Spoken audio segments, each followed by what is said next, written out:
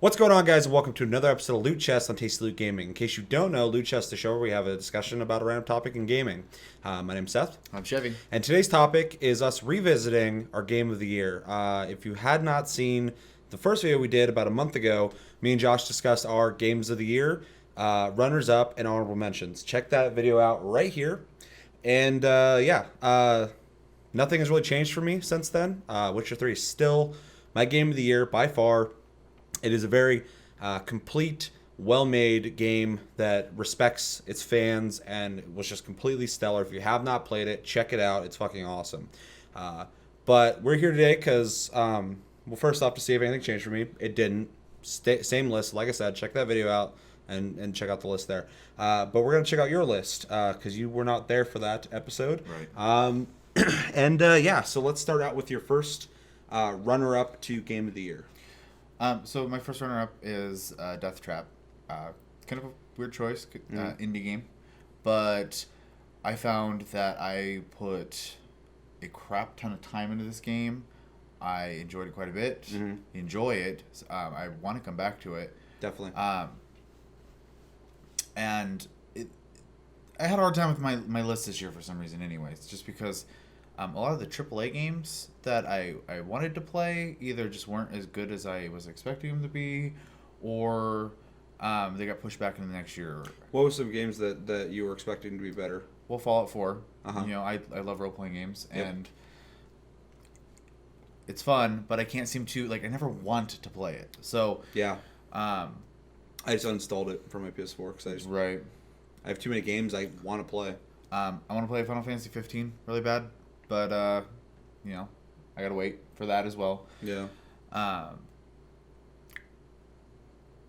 As much as I like Call of Duty Black Ops 3, I'm not taking full advantage of playing that game. Mm-hmm. I like playing it co-op with you and with Chris. Mm-hmm. But the other features I'm not utilizing, and I don't think as a whole package it works for me. Yeah. But going back, Yeah. Death Trap is a top-down Diablo-esque tower defense game where you acquire loot, you level up, you get new skills, really in-depth character building and items in the game. It's made by the guys who made The Incredible Adventures of Van Helsing 1 and 2, and very much looks like it. Pretty much off the same engine, and plays just like those games. Like I said, it plays like Diablo, but the cool thing about it is you're playing essentially Diablo, but in a tower defense. And for me, that's crack cocaine because I love tower defense games and I love loot-based games, Tasty Loot Gaming. I mean, I don't remember if that was even on my list at all.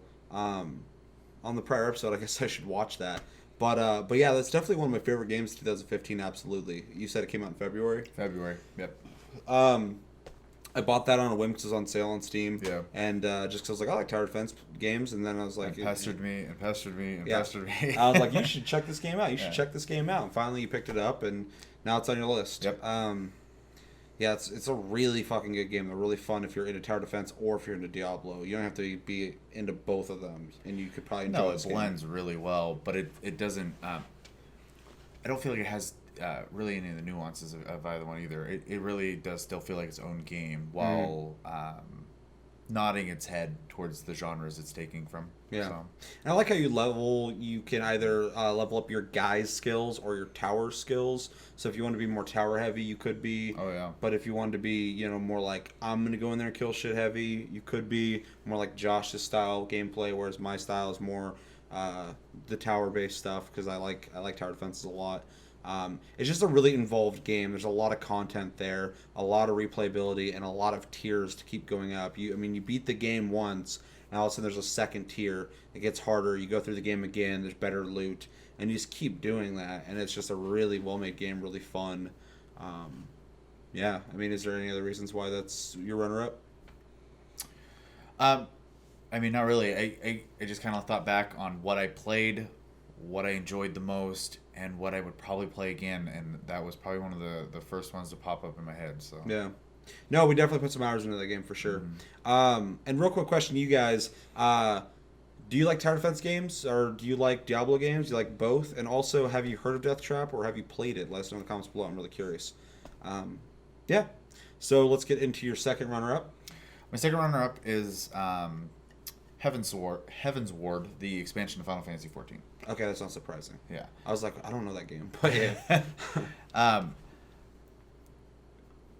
It was very nice to see that not only towards the end of the vanilla game's life that the story started to become more like a single player Final Fantasy storyline, that they continued that trend into Heaven's Ward, and that you have just this story that is completely worth playing, even if you're not into MMOs. If you wanted to solo your way through Final Fantasy 14 and the expansion storyline, you would get a full story and have a complete game experience and not have to play the game anymore if you didn't care about the MMO stuff. It is just it's a Final Fantasy game. What kind of new things did the expansion add? Added 10 new levels, I believe. Which is a good chunk. It is a good chunk. It added 3 new jobs to play, a new race. The Aru is like a draconic style, half human, half dragon type thing. Okay. Added a whole new bunch of zones. And then, your storyline and stuff like that. Airships, personalized for your guild even. You could build your own and stuff like that. I haven't played in a little while now, so they've probably added a bunch of stuff in patches. But as for when the expansion came out, those are pretty much the major changes there.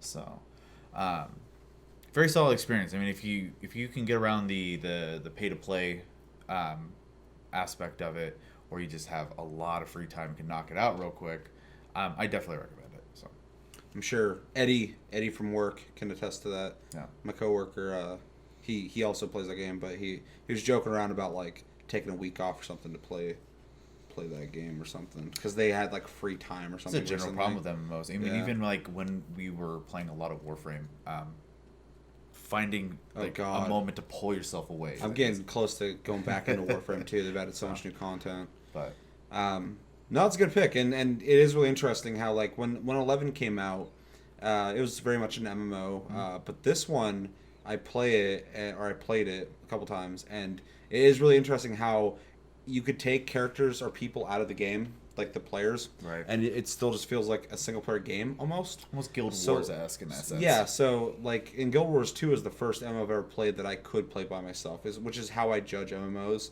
because the fun factor of MMOs is the social part. Right. Most cases. If the game does not have good mechanics or fun things to do in it, the reason you're playing is because people. You're just playing the better of those social experiences. But Guild Wars 2 was the first MMO I played that I could play from beginning to end by myself as a single-player game and enjoy.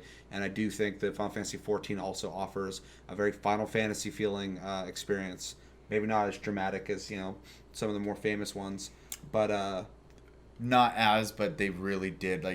And you didn't, obviously get through to the end of the storyline. Yeah. The original storyline for the vanilla is okay, but like all the expanded stuff they went into, especially as they were ramping up for the expansion, all of a sudden the story went from me wanting to skip cutscenes to being like, I actually want to watch this. Oh, that's cool. Yeah, so Guild Wars 2 did similar things for me at certain parts. Some of it was like really long and boring, but certain parts, especially towards the end, were pretty neat. I think you're gonna run into that in long-winded games like that, though. Definitely.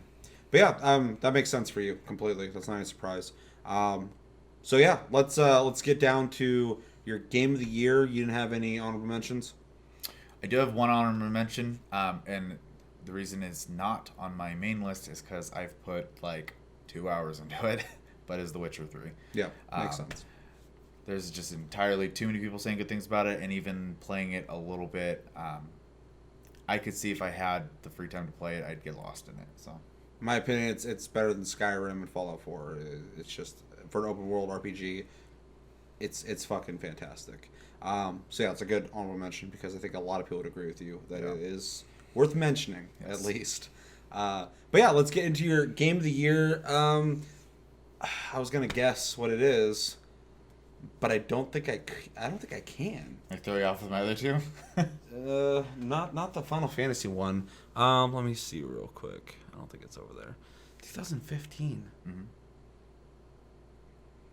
I have no fucking idea. What is it? Metal Gear Solid 5 Oh, The okay. Phantom Pain. Okay. The only weak point in this whole game is the storytelling. The gameplay is absolutely amazing. It's in fact, as we've brought up before, and many people have, best this game's ever played. Yeah, absolutely. As a The huge game Metal Gear Solid has fan. stupid amount of polish. It has a stupid amount of extra stuff to do in it. Shitload of the content. missions are completely replayable because of the open world nature of it. And how it allows you to play the game as you want to play it. I mean, there's just it offers way too much. I'm not even really into shooting stuff in games very often unless it's co-op. This is a game I can sit down and play by myself. I can enjoy it. I've never been bored while playing it. I never felt time was going by slowly. I lose my day. Like it is just such a great, just all in one package. I think. Well, the real big strength to that game, and it actually made my runner up, I believe, in the last video. Make sure to check that out. But the mix between the solid gameplay that's just really fun and truly does let you play how you want to play. Yeah. And even the bosses, you could play how you want to play in some circumstances. Some bosses you could like sneak away if you wanted to. Right. But between that and the micromanaging, and then the constant item unlocks, the game is busy in a really good way. Yeah. In a really good way.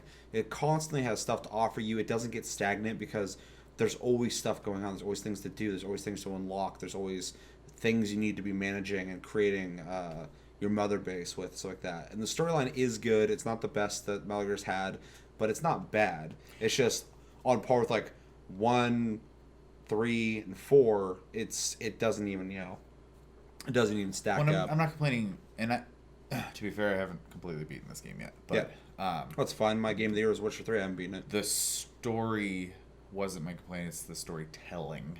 No, and that's one of my complaints too. So No, the story I actually really like. The way it's portrayed is a little disappointing, and then also that the game's unfinished, not Kojima's fault. Right. Is sadly a knock towards it because the game's already great. It could have been perfect. yeah. So Well, it's one of the few games where like every weapon I've used is fun. It feels different. I find myself There's a shitload in of a weapons. lot of games where like well, in this game I only like to use SMGs, or in this game I only like to use assault rifles. Yeah. And in that game I'm like, I'll use the sniper rifle, I'll use this pistol, I'll use the little taser, knife. I mean, it doesn't matter. It's all fun. Yep. So I don't know. I mean, it's just too much to offer. And the companion system offers a lot of flavor too. That you don't see in a lot of games. I mean, like you have companions in games, but a lot of times it's like a story element. And though you do get that with this, they're definitely designed to be like companions with different purposes. like full of personality and different utility purposes. Obviously, I think the dog is OP, and I guess ever since they fixed Quiet, she's become really OP too. You can just have her clear out a whole area and never be seen. That should do the whole thing for you. Yeah, but I never advanced for that part because when I was playing, I beat the game in the first week it came out because I did not want spoilers. Star Wars is out. Make sure to check that out. But I beat it in the first week, and in that time there was something where if you play two certain missions with Quiet on your team, it would fuck your save file up. So I was like, I guess I'm not using Quiet. So I beat the game, enjoyed it a lot. I'd like to revisit it. But I didn't use Quiet that much. I maxed everyone else out on the companion. I have used Quiet quite a bit actually. But I've barely used Quiet. I've heard her go fucking shooting people, or fucking going 5 miles that way for some reason. I don't know how that fucking helps me. No, she's super overpowered. You can literally just be like, perch there, fire at will, and then people, not only are they going down, but if she doesn't have silencer on, they like start heading towards her because they're trying to get to her, like as if you were shooting. Yeah. And then they can literally be occupied with her, and you can just sneak in and do your mission. Because they don't get alerted to you if she does things; they get alerted to her, so it's not a knock against you. Yeah. So, but yeah, I completely agree. Not for game of the year for me personally, but definitely it's my runner up. I mean, it almost is my game of the year. So I completely understand it. It makes complete sense. I think that'd be on a lot of people's game of the year list, to be honest.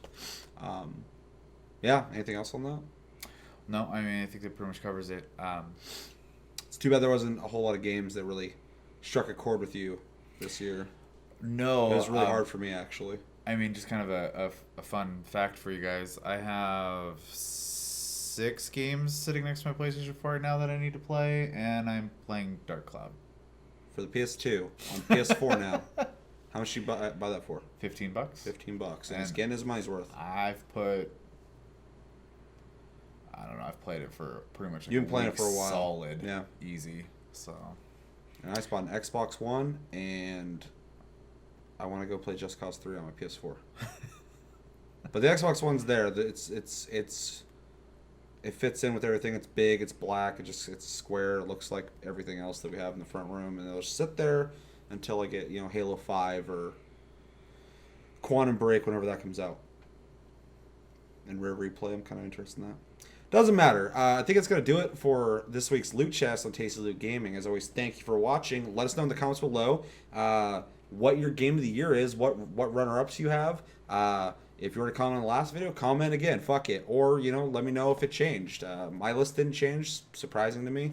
Not really, but a little surprising to me. Yeah. But yeah, let us know in the comments below. Do you agree with anything that he said or that I said about the games of the year? Yeah. But thank you for watching. As always, make sure to check us out on Tumblr and Twitter, Tasty Loot Gaming. Check us out on Twitch, Sleep Division, all in one word. If you liked the video, hit that like button and hit the subscribe button to check out our weekly content. But until the next episode, next week, we'll see you later. Take it easy, guys.